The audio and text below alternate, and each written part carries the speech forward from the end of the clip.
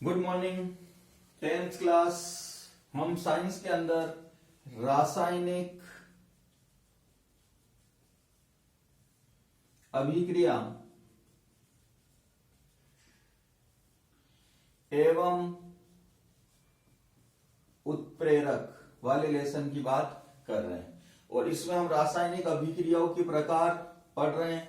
और अभिक्रियाओं के प्रकार में सबसे पहले संयुग्मन हमने पढ़ लिया है, हर वीडियो में थोड़ा सा रिवीजन कर रहा हूं मैं। दूसरा अपघटन, अपघटन की अभिक्रिया पढ़ ली है और अपघटन में 3 है। कौन कौन से हैं 3? फटाफट दिमाग में लाओ आंसर। तो पहला वाला उदाहरण क्या था, याद करो। दूसरा कौन सा था? तीसरा कौन सा? जब ये प्रकारों की बात होती तो इनकी समीकरण दिमाग में आनी चाहिए। तो पहले वाले में याद आ रहा तो जल और नमक का विद्युत अपघटन किया था, तो पहला उदाहरण के हिसाब से विद्युत अपघटन। दूसरा उदाहरण अगर याद आ रहा है तो कैल्शियम कार्बोनेट को हमने गर्म किया था, कैल्शियम ऑक्साइड में चेंज हुआ था, तो ऊष्मीय अपघटन। ऊष्मा दिया था, गर्म किया था, ऊष्मीय अपघटन। तीसरा उदाहरण अगर याद आ रहा है AgBr को वायु अपने प्रकाश में रखा था तो सिल्वर अलग हो गया और Br2 अलग हो गया। या HBr में भी ऐसा कर सकते हैं, हाइड्रोजन और Br अलग हो गया।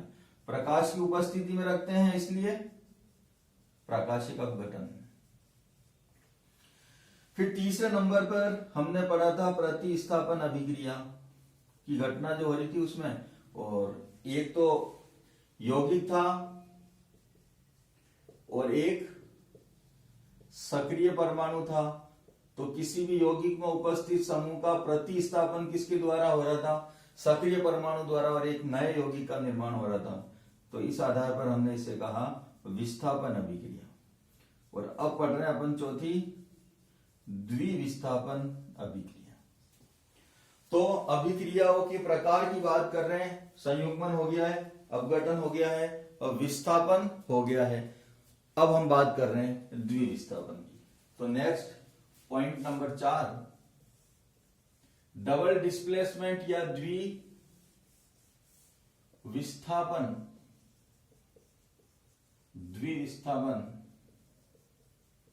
अभिक्रिया। द्विविस्थापन अभिक्रिया, विस्थापन में एक यौगिक था और एक नया यौगिक बन रहा था। द्विविस्थापन में 2 बार विस्थापन होगा, 2 नए यौगिक होंगे, 2 नए यौगिकों का निर्माण होगा। द्विविस्थापन देखते हैं कैसे।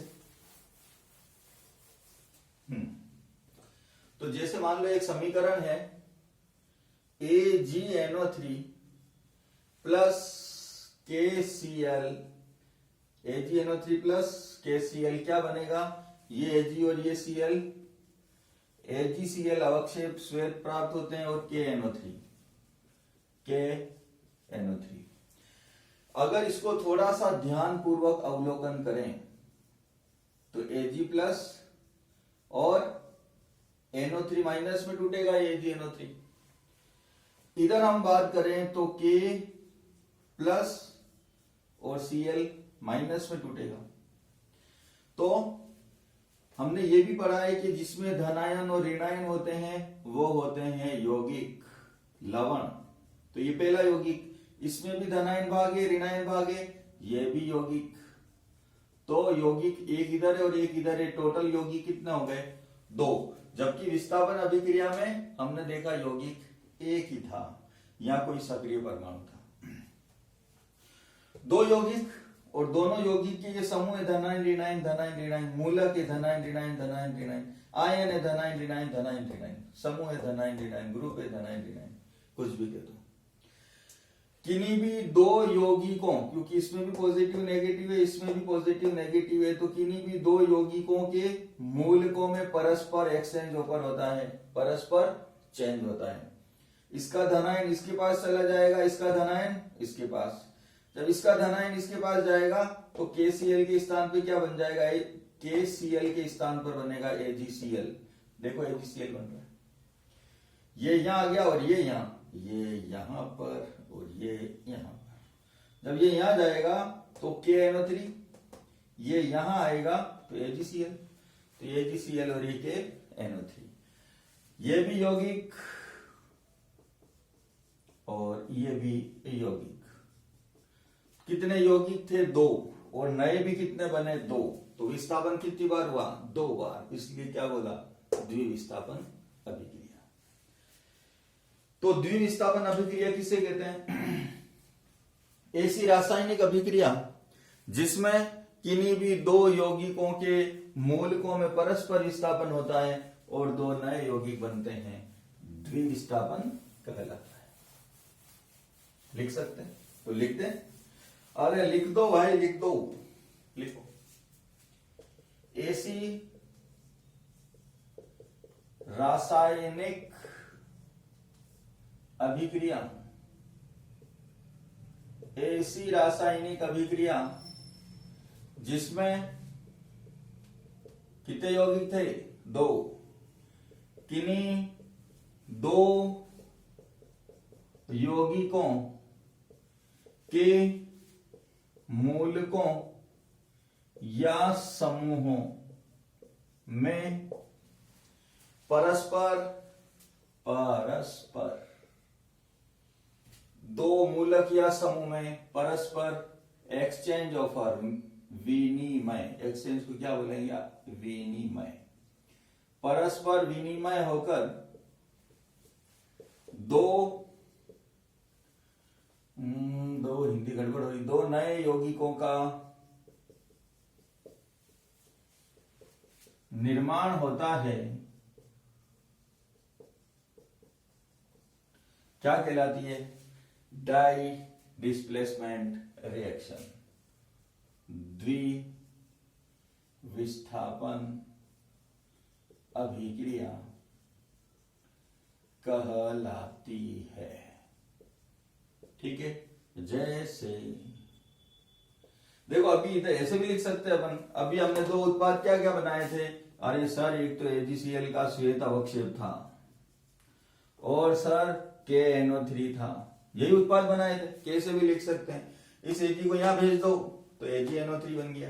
लो AgNO3, तो फिर ये K यहां आएगा तो KCl हो गई समीकरण। रटने की कतई आवश्यकता नहीं।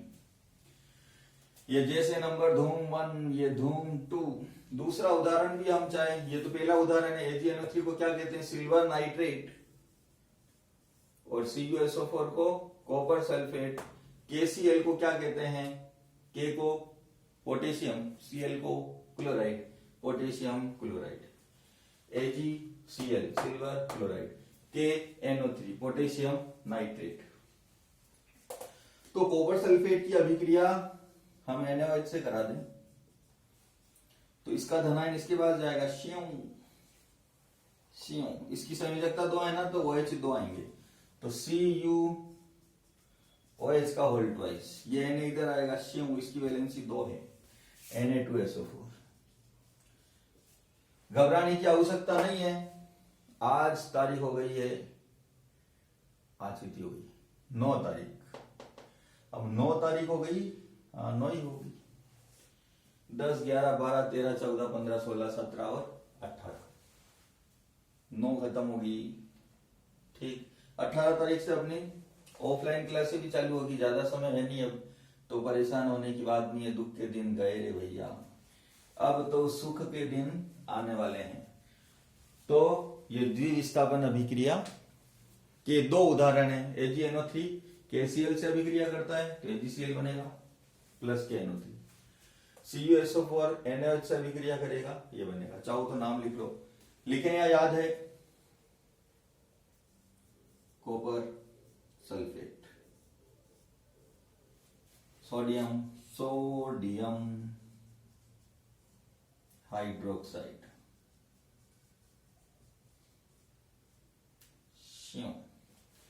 कॉपर